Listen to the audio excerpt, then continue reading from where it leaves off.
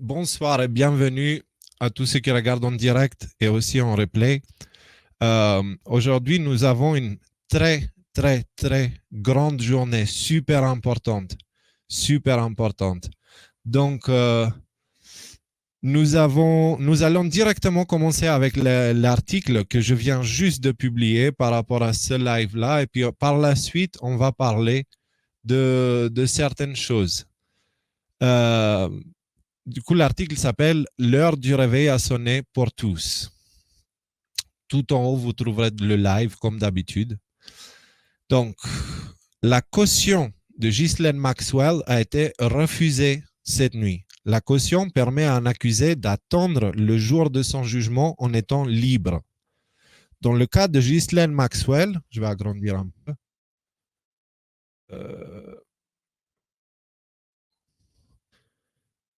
Dans le cas de Ghislaine Maxwell, le juge a précisé que la combinaison de la gravité des crimes, la durée potentielle de la sentence, la force du dossier de l'État à ce point, les connexions à l'étranger et les ressources financières conséquentes du défendant créent à la fois le motif et l'opportunité pour ce dernier de pouvoir s'échapper. Ghislaine Maxwell va rester en prison jusqu'à son jugement. Donc, on va regarder cette vidéo-là. Parce qu'en fait, c'est comme ça qu'arrivent les malentendus. Les gens, ils attendent, le public attend en général qu'il y ait quelque chose de majeur et que les médias en parlent, etc. Les gars, les médias, ils ne vont pas en parler. En tout cas, ils ne vont pas lui donner l'importance que ce sujet mérite. C'est une évidence, ils sont rangés du mauvais côté. D'accord? Donc là, cette petite information qui a été traduite grâce à Pangolin au dernier moment, il vient juste de le publier, nous allons voir que c'est présenté pas comme quelque chose d'incroyable en fait. Pourtant, si on se met du côté de l'image globale et de l'échiquier mondial, on comprend tout de suite l'importance de ce qui vient d'être dit. Donc, regardons la vidéo tous ensemble et on avance. Les risques sont tout simplement trop grands. Ce sont les mots du juge refusant ce soir la caution à Ghislaine Maxwell, ancienne petite amie et complice présumée du trafiquant sexuel Jeffrey Epstein. Madame Maxwell a plaidé non coupable à l'audience par liaison vidéo. Accusée, elle a aidé à recruter et manipuler des mineurs dès l'âge de 14 ans et elle passera l'année prochaine en prison en attendant son procès le 12 juillet 2021. Ses avocats avaient offert une caution allant jusqu'à 4 millions de livres et ont fait valoir que le coronavirus pourrait mettre sa vie en danger derrière les barreaux. Ce soir, le juge a déclaré qu'aucune combinaison ne pourrait raisonnablement assurer sa présence au tribunal si une caution était accordée. Notre correspondant américain David Grossman nous rejoint de Washington. David, était-ce attendu ? Eh bien, la présomption légale, Émilie, dans un cas comme celui-ci impliquant la prédation sexuelle sur mineur, une prédation sexuelle présumée sur mineur, est que la caution sera refusée. Et ajoutez à cela que le gouvernement a soutenu qu'il y avait un risque de fuite exceptionnel dans cette affaire. Ils ont donné de nouveaux détails sur Ghislaine Maxwell. Ils ont dit que lorsqu'elle a acheté la propriété dans le New Hampshire, où elle a finalement été arrêtée, elle l'a fait par le biais d'une entreprise et a utilisé un faux nom de Jen Marshall avec les agents immobiliers. Maintenant, son équipe juridique, l'équipe juridique de Ghislaine Maxwell, a déclaré qu'il s'agissait d'essayer d'échapper à la détection de la presse, à la détection du public. Mais le gouvernement a déclaré, les procureurs de l'affaire ont déclaré que lorsque le FBI est entré dans la propriété, ils ont vu Maxwell par les fenêtres latérales de la porte. Mais au lieu de les laisser rentrer, ils se sont enfuis dans une autre pièce. Et lorsqu'ils sont entrés, en enfonçant la porte d'entrée, ils ont découvert que Ghislaine Maxwell avait enveloppé son téléphone portable dans du papier aluminium, dans ce qu'ils ont décrit comme une tentative d'échapper à la détection par le gouvernement, pas par la presse ou le public. Fascinant. Nous avons entendu beaucoup d'arguments juridiques aujourd'hui, joints à l'audience de mise en liberté sous caution. Mais il y a eu un moment très émouvant où nous avons entendu une victime présumée qui a également parlé. Oui, une dame nommée Annie Farmer qui a donné son avis quant à savoir si Ghislaine Maxwell devait être libérée sous caution ou non. C'est ce qu'elle a de nouveau dit au tribunal par vidéoconférence. Elle a dit « J'ai rencontré Ghislaine Maxwell quand j'avais 16 ans. C'était une prédatrice sexuelle qui me manipulait et elle me maltraitait ainsi que d'innombrables autres enfants et jeunes femmes. » Elle a poursuivi. « Nous ne savons pas combien de personnes ont été victimes de Ghislaine Maxwell, mais ceux d'entre nous qui ont survécu implorent ce tribunal de la détenir jusqu'à ce qu'elle soit forcée de subir son procès et de répondre de ses crimes. » En fin de compte, le juge a accepté ça. Elle a déclaré que, bien sûr, Ghislaine Maxwell avait la présomption absolue d'innocence dans cette affaire avant qu'elle ne soit jugée. Elle a dit que la combinaison, c'est le juge Alison G. Nathan, elle a dit que la combinaison de la gravité des crimes, de la durée potentielle de la peine, de la solidité de l'affaire du gouvernement à ce stade, des connexions à l'étranger et les ressources financières substantielles des accusés, tout ceci crée à la fois le motif et la possibilité de fuir. Que se passe-t-il maintenant? Eh bien, les choses évolueront plutôt lentement. Le gouvernement a jusqu'en novembre pour présenter toutes les preuves dont il dispose à l'équipe juridique de Ghislaine Maxwell dans le cadre du processus de divulgation. La date du procès, comme vous l'avez dit, est fixée au 12 juillet de l'année prochaine. Et depuis, nous savons maintenant que Ghislaine Maxwell sera détenue au Metropolitan Detention Center de... Allez voir la version complète sur la chaîne du fils de Pangolin. Et encore merci à lui pour cette traduction qui vient juste de publier, justement pour ce live. Ce qu'on vient d'entendre là, est-ce que vous avez compris ce qu'il vient de dire? On va réécouter le passage qui est réellement important. Pour présenter toutes les preuves dont il dispose. Les choses évolueront plutôt lentement. Le gouvernement a jusqu'en novembre pour présenter toutes les preuves dont il dispose à l'équipe juridique de Ghislaine Maxwell dans le cadre du processus de divulgation. Dans le cadre du processus de divulgation. D'accord? Donc, jusqu'en novembre, l'État, il sera obligé de présenter tout ce qu'il possède contre Ghislaine Maxwell. Si vous vous rappelez, hier, quand on a parlé de Jeff Sessions, on a vu qu'en fait, le dossier Epstein, il est en train d'être étudié depuis très longtemps. Il y a pas très longtemps, on avait vu aussi, quand on a parlé du FBI qui a officiellement déclaré la guerre à la pédophilie, on avait vu aussi que, comment je peux dire ça, le dossier de Ghislaine Maxwell, ce n'est que le début d'un très grand dossier qui s'appelle Epstein, le dossier Epstein. Donc, Ghislaine, c'est la porte d'entrée. D'accord? Donc, les révélations vont devoir être faites d'ici novembre. Donc, déjà, avec Ghislaine Maxwell, il y a beaucoup de noms importants qui sont impliqués. On le sait. Le prince Andrew, enfin, il y a tous les noms qui vont sortir. Pourquoi? Parce que Ghislaine Maxwell et Jeffrey Epstein, c'est la même affaire. Donc, là, en gros, si on prend toutes les choses ensemble, ok, on a Q qui part en silence, d'accord? Il se tait. Ça fait 12 jours qu'il n'a rien publié, 13 peut-être. De l'autre côté, on a le Where we go one, we go all du général Flynn. De l'autre côté, on a eu le tweet de Jeff Sessions, comme on a vu hier soir. Et une heure après le live qu'on a fait, ici, il y a eu ça qui est sorti. Et ça, pour moi, c'est la nouvelle qu'on attendait. C'est juste, comme les médias, ils sont du mauvais côté, bien évidemment, ils ne vont pas parler de ça. Mais concrètement, ce qu'il vient d'annoncer là, c'est qu'il va avoir la révélation officielle de tous les éléments du dossier Jeffrey Epstein. Voilà. Qui remettront en cause Jeffrey Epstein et toutes les personnes qui sont liées avec. D'ici novembre. Qu'est-ce qu'il y a en novembre? Les élections. Maintenant, du coup, on peut comprendre pourquoi nous avons eu le tweet de Jeff Sessions, c'est le procureur qui s'est occupé de l'affaire Epstein. Pourquoi on a eu son tweet qui disait moins de 24 heures jusqu'aux élections, alors que les élections, elles sont en novembre. C'est parce que ça vient de sceller définitivement la victoire de Trump. Parce que pendant toute cette histoire, il va y avoir beaucoup de noms de démocrates qui vont apparaître dans le dossier. D'accord? Donc, c'est annoncé officiellement. Donc, on continue avec l'article. Cette décision a une autre conséquence. L'État a jusqu'en novembre pour présenter tous les éléments et les preuves qu'il possède aux avocats du défendant dans un processus nommé divulgation. Donc, décèlement. Rappelez-vous du post 3385. On a parlé hier, c'est le post justement qui explique que Jeff Sessions, ça fait un moment qu'il s'occupe du dossier Epstein. D'accord? Et ils ont créé tout un scénario pour induire les gens et l'État profond en erreur, pour les faire croire qu'en fait, non, il ne va pas avoir d'investigation. En fait, si. il investiguait en arrière-plan, il investiguait secrètement. D'accord? Et du coup, cette investigation, elle a été très profonde. Au moment où ils l'ont arrêté, ils avaient déjà tout contre lui.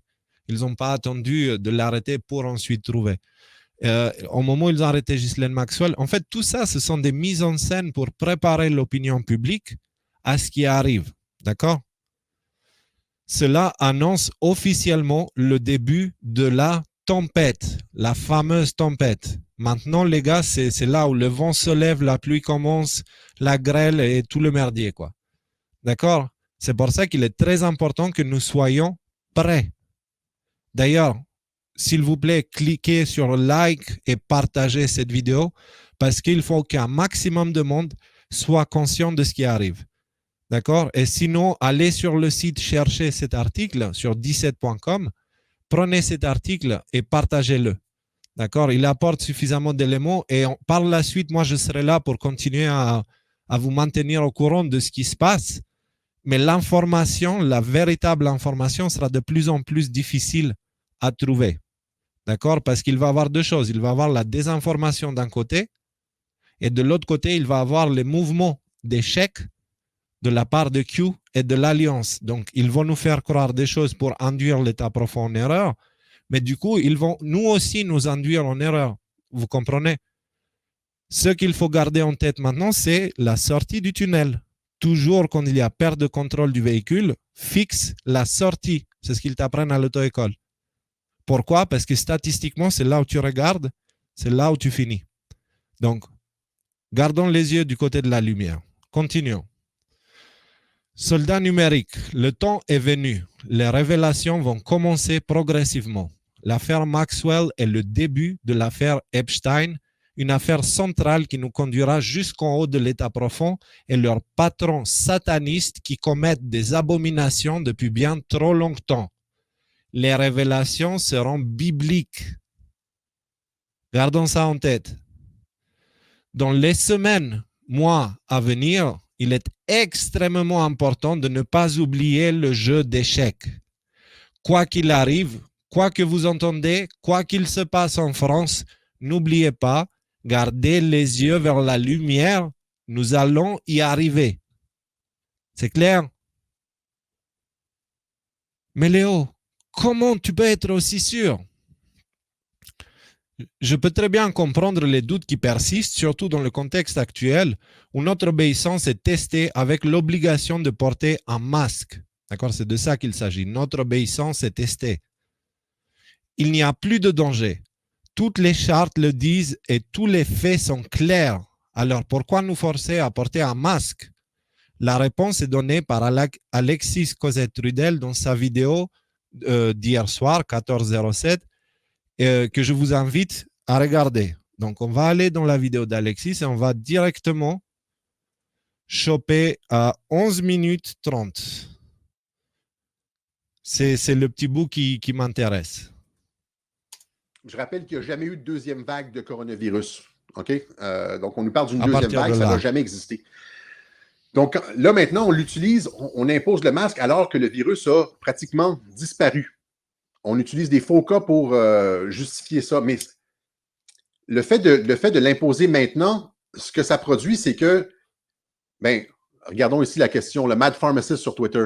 Question François Legault. Si le port du masque devient obligatoire alors que les courbes de décès, hospitalisation et cas sont tellement aplaties qu'elles n'existent plus, quels seront exactement les critères et données précises qui permettront l'abandon de cette mesure? Si on impose le masque alors qu'il n'y a plus rien, c'est quoi le critère pour enlever le masque? Il n'y en a plus de critères pour enlever le masque. On ne peut plus retomber. On ne peut plus dire « Ah, c'est terminé » parce qu'on impose le masque au moment où est-ce que c'est terminé. Comprenez la logique perverse là-dedans? Il y a plus à partir du moment où on impose le masque quand il n'y a plus rien, ben, il n'y a plus aucun moment dans le futur où on va pouvoir dire bah, ben, c'est terminé, le danger est passé, on peut enlever le masque. Ouais. Alors, donc, tout ça, c'est pour créer une norme sociale à long terme. Okay? On ne veut pas de fin au masque. On veut un masque pendant 1 an, 2 ans, 3 ans et potentiellement à jamais.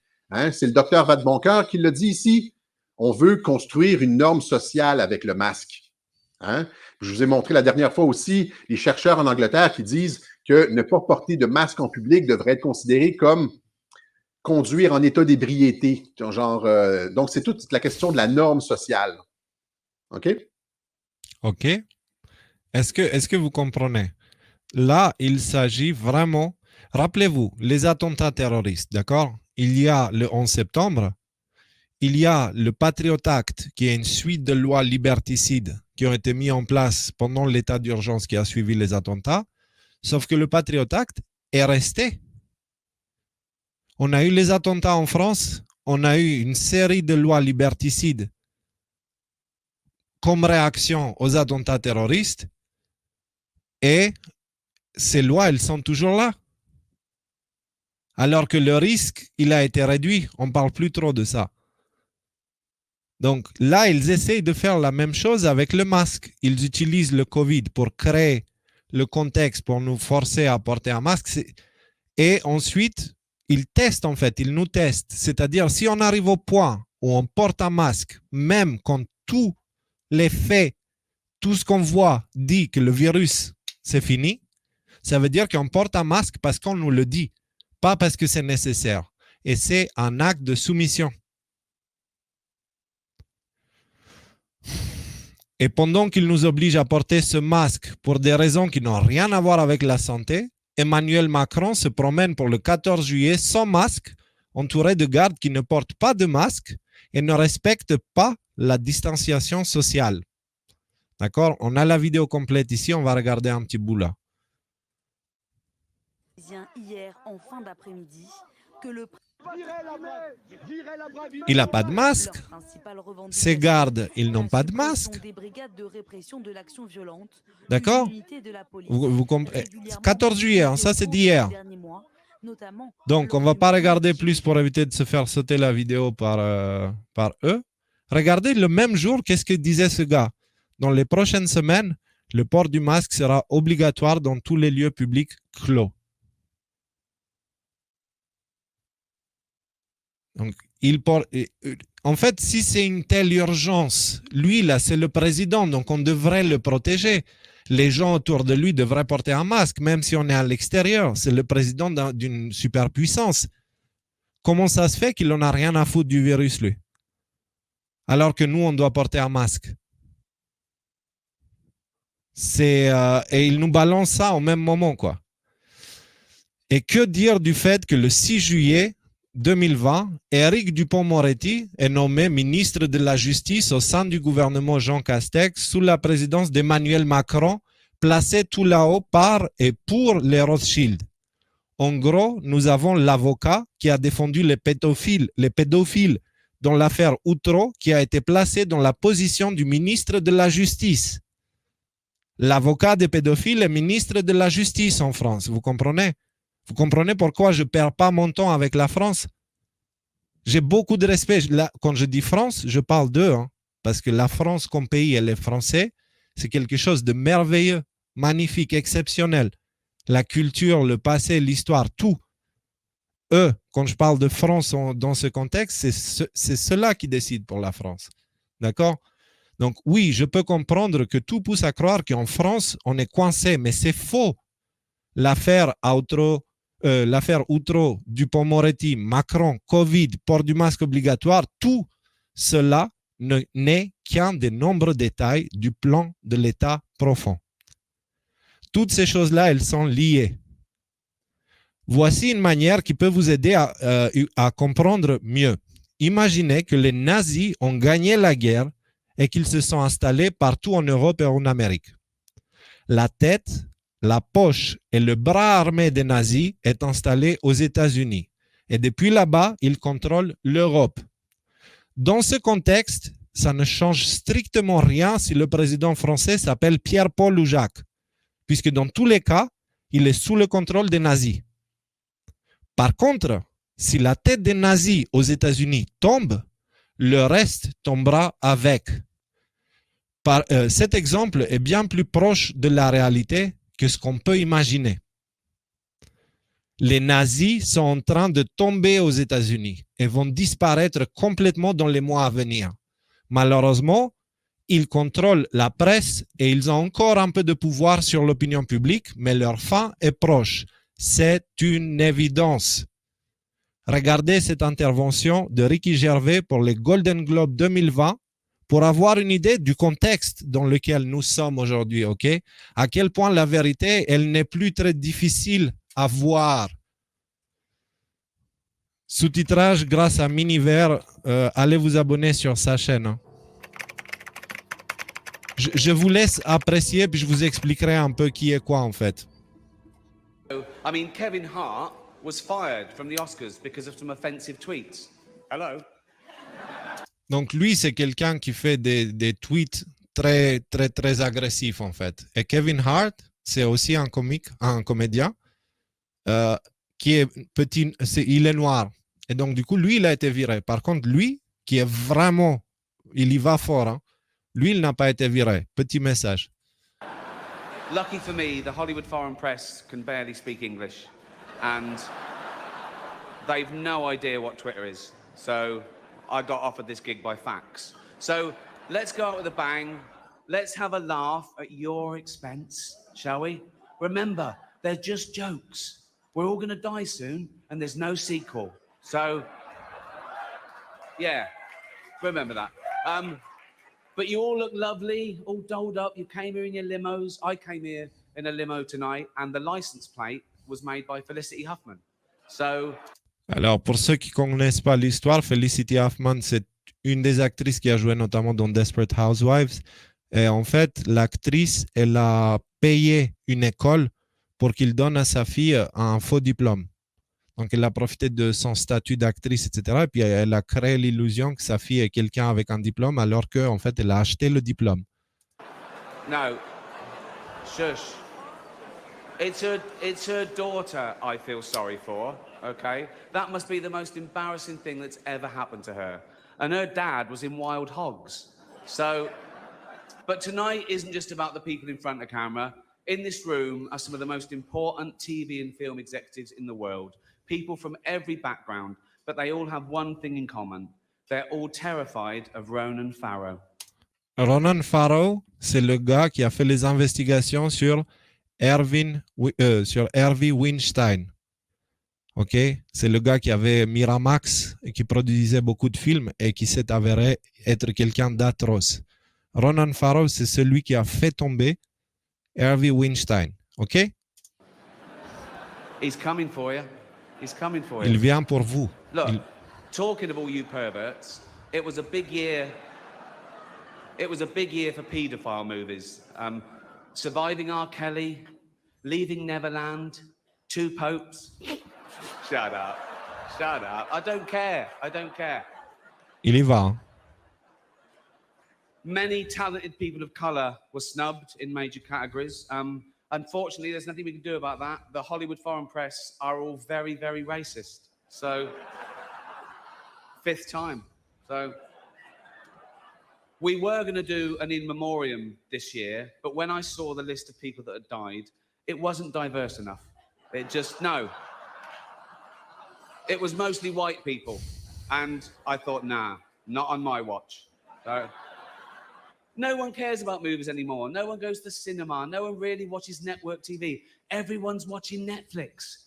This show should just be me coming out going, well done, Netflix, you win everything. Good night. But no, we got to drag it out for 3 hours. You could binge watch the entire first season of Afterlife instead of watching this show. That's a show about a man who wants to kill himself because his wife dies of cancer. And it's still more fun than this, okay? Spoiler alert, season 2 is on the way. So in the end, he obviously didn't kill himself. Just like Jeffrey Epstein. Shut up. I know he's your friend, but I don't care. Vous entendez ce qu'il vient de lâcher là en public devant les caméras, devant tout le monde? Que Jeffrey Epstein ne s'est pas suicidé, sous-entendant il s'est fait assassiner par les Clinton. Rien à voir avec Trump. Les Clinton, parce que c'est les Clinton qui sont en danger avec Epstein, avec l'affaire Epstein. Et il leur dit aussi, taisez-vous, taisez-vous, je sais qu'il est votre ami, mais je m'en fiche. Il parle à tous les stars de Hollywood là. Hein. Il dit, je sais que vous êtes tous ses amis à Jeffrey Epstein, mais j'en ai rien à foutre. You had to make your own way here in your own plane, didn't you? Right, all the best actors have jumped to Netflix and HBO, you know. And the actors who just do Hollywood movies now do fantasy adventure nonsense. They wear masks and capes and really tight costumes. Their job isn't acting anymore. It's going to the gym twice a day and taking steroids, really. Have we got an award for most ripped junkie? No. It's the last time, who cares? Oh. Apple roared into the TV game with a morning show, a superb drama, yeah. A superb drama about the importance of dignity and doing the right thing, made by a company that runs sweatshops in China. So, well, you say you're woke, but the companies you work for, I mean, unbelievable. Apple, Amazon, Disney. If ISIS started a streaming service, you'd call your agent, wouldn't you? So, if you do win an award tonight, don't use it as a platform to make a political speech, right? You're in no position to lecture the public about anything. You know nothing about the real world. Most of you spent less time in school than Greta Thunberg. So, if you win, right, come up, accept your little award, thank your agent and your God, and fuck off, okay? So... C'est ça le truc, il faut qu'on arrête de suivre cette idée de on suit les stars, quoi. Knives Out has 3 Ça, c'est drôle nominations aussi. tonight. Yeah. See what can happen if you don't dress people up as cats? It's that easy. Kill me. We're nearly done. Jesus. 3, it's already... Right. Écoutez-la. Last one. Come on, guys. Our next presenter starred in Netflix's Bird Box, a movie where people survive by acting like they don't see a thing. Sort of like working for Harvey Weinstein. Parce qu'en fait, Harvey Weinstein, c'était un violeur. Il était connu par tout le milieu public et les gens, ils disaient jamais rien parce que s'ils disaient quelque chose, c'était la fin de leur carrière. Et c'est ce qui a permis à ce gars-là d'être aussi atroce avec les femmes et des enfants à Hollywood pendant très longtemps. Et écoutez ce qu'il dit par la suite. You did it. I didn't. You did it. Shut the fuck up. C'est vous qui l'avez fait. Donc voilà, il dénonce. Les dénonciations, elles sont hardcore. Donc ce mec-là, il vient de nous parler de pédophilie. Il vient de nous parler du non-suicide de Jeffrey Epstein et du fait que tous les acteurs, ils voyageaient dans ces avions et ils allaient sur ces îles. Il vient de parler aussi de leur complicité, d'accord, via le silence sur tous les crimes de Harvey Weinstein. Donc, il vient de balancer ça. Et maintenant, écoutons ce que Florence Foresti avait à dire pendant la cérémonie des Césars 2020. Alors, je sais que beaucoup pensent qu'elle parle de Polanski. Et les médias, ils ont tout fait pour faire en sorte à ce que le public perçoit ça comme une révolte de la part de Florence Foresti contre Polanski. Canal+ eux-mêmes, ils ont supprimé cette vidéo de leur chaîne. Donc, maintenant, on va regarder le petit bout ensemble et on va voir.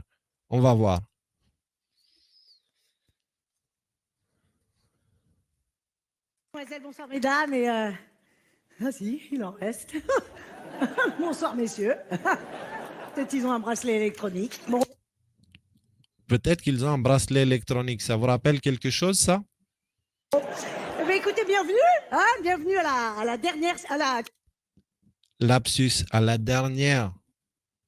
De la même manière que Ricky Gervais, il disait tout à l'heure que c'est les derniers Golden Globe. Là, elle dit que c'est les derniers César. Sous-entendu, mais c'est un lapsus volontaire. On réécoute. Écoutez, bienvenue, hein, bienvenue à la dernière, à la 45e. Voilà. Je fourche tout ça. C'est un problème. À la 45e cérémonie des Césars, je suis très heureuse d'être là. Enfin, très heureuse. Non, c'est pas le mot qui prédomine. Ah, c'est pas le sentiment premier, hein, heureuse. Non, je suis, on va dire, je suis très, je suis très courageuse d'être là. Parce que dis donc, euh,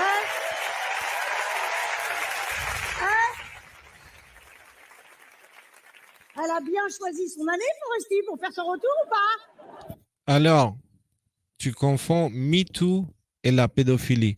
Je ne suis pas certain. Je ne suis pas certain que je confonds. Regardons la suite et remettons tout ça dans le contexte parce que justement, les médias, ils voulaient que les gens perçoivent qu'elle parlait de ce phénomène-là, en fait. C'est-à-dire des agressions contre les femmes et tout ça, tout ça.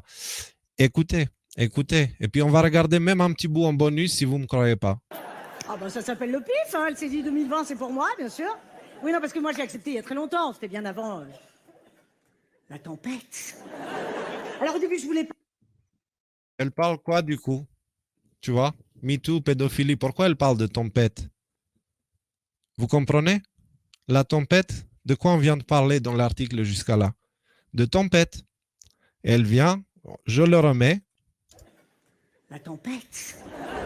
Alors au début, je voulais pas. Putain, j'aurais dû rester Je là-dessus, remets je le savais. Ça dans le s'appelle pif, contexte. hein. Elle s'est dit 2020, c'est pour moi, bien sûr. Oui, non, parce que moi, j'ai accepté il y a très longtemps. C'était bien avant la tempête. Alors au début, je voulais pas. Putain, D'accord. j'aurais dû rester là-dessus, je le savais, je le sentais pas. Enfin, c'est-à-dire, j'ai dit non. Écoutez, vous êtes gentil, mais je ne refais jamais 2 fois la même chose. Je l'ai déjà fait, c'est une question de principe. Moi, non. Ils ont insisté. J'ai dit non, hors de question. Ils ont dit, il y aura Vincent Cassel dans la salle. J'ai dit oui, il faut absolument que je le fasse. Qui d'autre? Évidemment, donc voilà pourquoi je suis là. Alors bizarrement, cette année, contrairement à il y a 4 ans, j'ai reçu beaucoup de messages de soutien. Énormément d'encouragement de la part des gens du métier, c'est très gentil. Beaucoup de textos, des gens que je connais à peine. Bonne chance, bon courage, on est avec toi. Enfin, on ne sera pas dans la salle, mais on est avec toi en pensée, perds pas espoir, tu vas t'en sortir. Je me suis passé un petit IRM parce que ah non, mais j'ai eu l'impression d'avoir le cancer, franchement. Mais tous les marqueurs étaient au rouge. Je veux dire, on m'a refusé un crédit à la banque. Ça a pris des proportions, cette histoire. Mes proches se sont inquiétés pour moi. J'ai commencé à recevoir des fleurs pour la cérémonie, des chocolats. Je veux dire, il y a même une cagnotte litchi qui s'est ouverte, il paraît. Si, en soutien, 112 €, on a collecté déjà. Faut rester en vie, Foresti, ça s'appelle, si vous voulez participer. Et puis alors, même dans la rue, les gens m'arrêtaient. Les gens que je connaissais pas, ça se voyait, apparemment. On avance, on va à 3 minutes 25. Vous avez compris, à l'approche de la cérémonie, là, ces derniers mois, j'ai vécu comme une expérience de fin de vie par anticipation. Non, mais c'est pas désagréable, franchement, En fait, j'ai l'impression, parce que je connais pas bien toutes les personnes qui fait partie, qui fait pas partie, j'ai l'impression que Florence Foresti fait partie de cela. Et du coup, dans ce discours, elle dit exactement la même chose que Ricky Gervais. Et elle y va plus fort, elle. Elle y va plus fort. Elle est en train de lancer des signaux d'alerte super importants.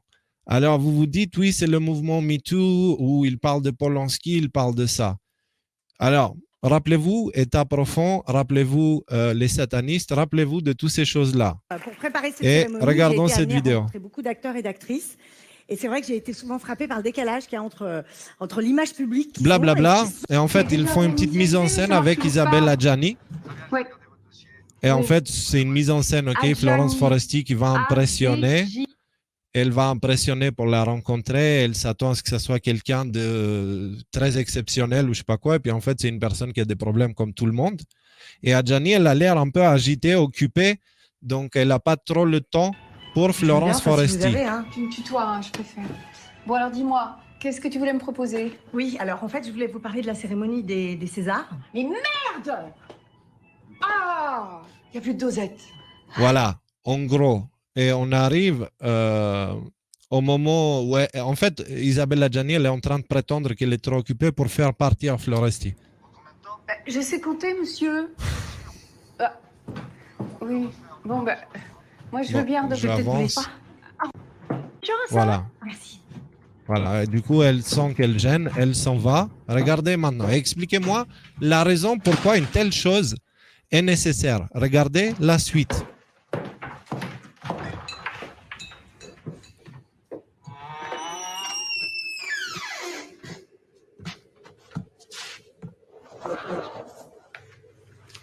aussi, j'espère.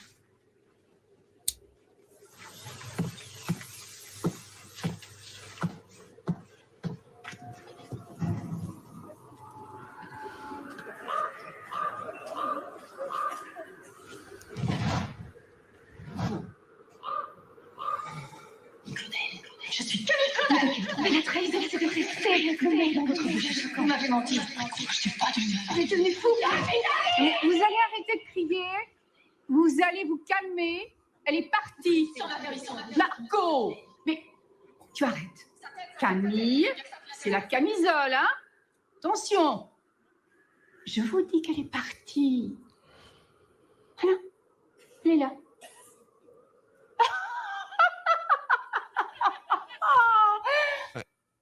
Je suis pas folle, vous savez. Bonsoir. D'accord, vous avez compris? Vous avez compris ce qu'elle vous dit? J'ai un petit peu la chair de poule, en fait, juste à regarder cette vidéo. Vous comprenez comment elle envoie publiquement l'autre message? Donc là, on comprend un petit peu mieux. Quand on prend tout le contexte, le discours de Foresti plus ça, on sait très bien que Foresti, elle parlait ni de MeToo, du mouvement MeToo, ni de Polanski, ni de quoi que ce soit d'autre. Elle a parlé bien de la tempête. Eux, ils sont au courant des choses que nous ne sommes pas censés être au courant. Maintenant, nous le sommes parce que nous creusons, nous sommes des soldats numériques, nous nous sommes unis et nous avons commencé à essayer d'améliorer notre compréhension de ce qui se passe. Eux le savent, hein. Parce qu'il faut savoir quelque chose, que dans la société, tu peux monter, sauf qu'il y a un moment où il y a un plafond. Pour passer au-dessus, il faut que tu entres sous le contrôle d'eux. Et c'est ce qu'on appelle vendre son âme au diable, littéralement. Si tu veux dépasser ce plafond, il y a toute une structure qui bloque. C'est comme un plafond. Et si tu veux aller plus haut, soit tu passes ce plafond-là en vendant ton âme au diable, et du coup, tu peux monter sans fin, soit tu restes en dessous. D'accord? C'est le monde dans lequel nous vivons, il est construit de cette manière-là. Et du coup, tous ceux qui sont tout là-haut, il y a beaucoup de cas de musiciens, d'acteurs, etc., qui parlent d'avoir vendu leur âme au diable. Donc, et puis il faut bien comprendre ce qui est le diable, ok? Il n'y a pas un gars rouge avec des cornes et une queue pointue qui débarque devant eux, hein. Non, c'est des gens qui leur disent tu vas aller plus haut, ouais, mais par contre il va falloir que tu respectes ça, et que tu écoutes et que tu fasses ça et ça. Et ça, dans Hollywood, ça se passe à fond en France, partout dans le monde. C'est triste, mais c'est comme ça. Et du coup, le signe. Enfin, le message, là, il est clair. Il est clair. Donc, cette vidéo-là, je ne l'ai pas mis dans l'article, mais j'aurais dû peut-être. Vous ressentez la peur dans la salle des Césars et celle des Golden Globes? Parce que quand vous voyez les acteurs, ils réagissent en mode « Oh, wow, ils sont gênés, ils ont un peu peur. Parce qu'ils savent ce qui les attend. Et ils savent que c'est inévitable. C'est pour ça, rassurez-vous, quoi qu'il arrive, ça va aller. Encore une fois, le problème, ce n'est pas le combat actuellement, est-ce qu'on a gagné ou pas, c'est comment on fait pour dévoiler ça au public sans les fracasser, parce que la vérité qui va être dévoilée, elle n'est pas facile à digérer. D'accord? On en est là, on n'est plus au point du, on cherche. S'ils n'avaient pas gagné la guerre, il n'y aurait jamais eu les révélations. Jamais. Une vérité atroce va voir le jour très bientôt. Elle apparaîtra en petits morceaux car elle est difficile à digérer d'un seul coup, même pour ceux qui s'estiment éveillés. Le réseau satanique mondial qui nous emprisonne depuis très longtemps est en train de tomber. Encore une fois, cette vérité n'aurait jamais vu le jour si la guerre n'était pas déjà gagnée. Gardez toujours ça en tête. Aux États-Unis, donc on a dit c'est là où ça se passe, c'est l'épicentre du mal, d'accord? Aux États-Unis, les gens se réveillent de plus en plus vite.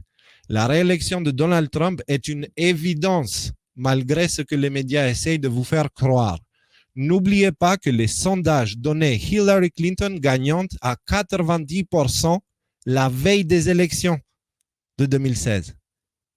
Les sondages disaient 90% Hillary, 10% Trump. qui a gagné les élections? Rappelez-vous de ce qui s'est passé en Californie où l'État avait interdit les feux d'artifice pour le 4 juillet, jour d'indépendance, sous peine d'amende qui tapait les $50,000. Voici la réaction des Californiens.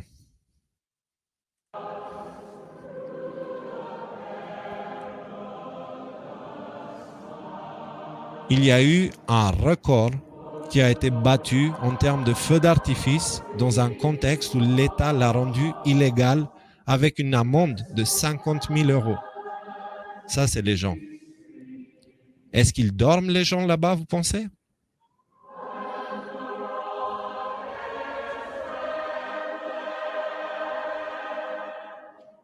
Il y en a, et ça, c'est qu'une vidéo. Hein. Je peux vous montrer une série. Juste tapez Californie Fireworks 4 July en anglais, quoi. Et vous verrez plein de vidéos.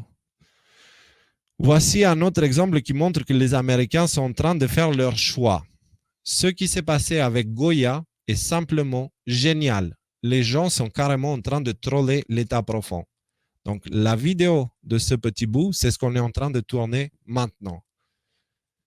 Donc, Goya, c'est quoi l'affaire Goya? Donc, Goya, c'est une compagnie qui produit des produits, de la nourriture, quoi, des boîtes, des sauces, des trucs comme ça.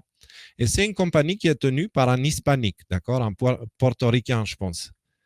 Et le président de la compagnie, il est allé à côté de Trump, ok, pour dire je me sens béni d'avoir un leader comme Trump. D'accord? Mais qu'est-ce qui s'est passé par la suite? En fait, les opposés, donc l'État profond, pour salir l'image de Trump et dire « Ah, Trump c'est un raciste et tout », du coup, le gars qui soutient Trump est un raciste aussi. Ils ont commencé à dire « Il faut boycotter les produits de Goya ». D'accord? Les mêmes Américains qui parlent, les mêmes démocrates qui parlent d'immigration, il faut respecter, machin, blablabla, ils prennent la plus grande compagnie d'un hispanique, ok? Et ils disent il faut la boycotter. Et sa compagnie à lui nourrit des milliers d'hispaniques. D'accord? Donc, ceux qui sont censés être défendus par les démocrates. Et du coup, les démocrates, pour décrédibiliser Trump, ils ont voulu décrédibiliser cette personne-là, le président de la compagnie Goya. Résultat des courses, ce boycott, alors je vais vous montrer 6,47. Ce boycott, il a eu pour résultat, enfin, les démocrates ont demandé le boycott. Qu'est-ce qui s'est passé? Le jour même, les vitrines qui avaient les produits Goya se sont vidées. Elles se sont vidées. Donc, l'État profond voulait qu'on attaque ce mec-là et les Américains, pour montrer leur soutien, ils sont allés, ils ont vidé tous les rayons. Donc, à 7 minutes 03, on va voir les autres photos. Hop, 7 minutes 03. Donc, ils ont commencé, pas seulement ils ont vidé, mais ils ont commencé à faire des photos avec des petits messages et ils ont publié ça dans les réseaux sociaux. 7 minutes 8. On y est. Donc, on retourne. Et là, il y a carrément des missions caritatives, d'accord, qui ont commencé à acheter et à demander aux gens d'acheter des produits Goya pour les distribuer à ceux qui n'ont pas assez pour manger. Donc, ils ont pris l'attaque des démocrates qui cherchaient à décrédibiliser Trump et ils l'ont tourné complètement contre eux. Et donc, maintenant, les vitrines sont vides. Donc déjà, Goya, maintenant, elle se trouve gagnante parce qu'elle va devoir, elle a augmenté complètement ses ventes, genre elle a explosé, quoi. Eux, ils voulaient détruire la compagnie, les Américains, ils lui ont donné une nouvelle naissance. Et ils ont commencé à dire, moi, je vais consommer plus que des produits Goya, juste pour faire chier ceux qui essayent de me dire ce que je dois penser. D'accord? Ils ont choisi. C'est comme si en France, ils nous disaient de porter les masques, d'accord? Et que tout le monde, d'un coup, se mettait à aller exprès dans des endroits fermés sans des masques, juste pour les troller. Je ne dis pas qu'est-ce qu'il faut qu'on fasse, je dis c'est ce qui se passe aux États-Unis en ce moment-là. Les gens, ils sont en train de faire l'exact contraire de ce qu'on leur dit. Le problème en France, c'est que nous, notre gouvernement, il n'est pas du bon côté. Là-bas, il est du bon côté. Donc, les gens, ils ont le soutien du gouvernement. Vous voyez, donc il faut faire attention à ce qu'on fait en France. Trump bat des records dans ses meetings alors que Biden, le candidat opposé à Trump, n'arrive même pas à remplir une petite chambre. Donc ça, c'est un fait. Alors, je voulais vous montrer cette vidéo-là de Trump qu'on avait vu vite fait hier. Mais il y a quelqu'un qui me dit que c'était une vidéo de 2017. Donc, bon. Peut-être c'est une vidéo de 2017, je ne sais pas, peut-être.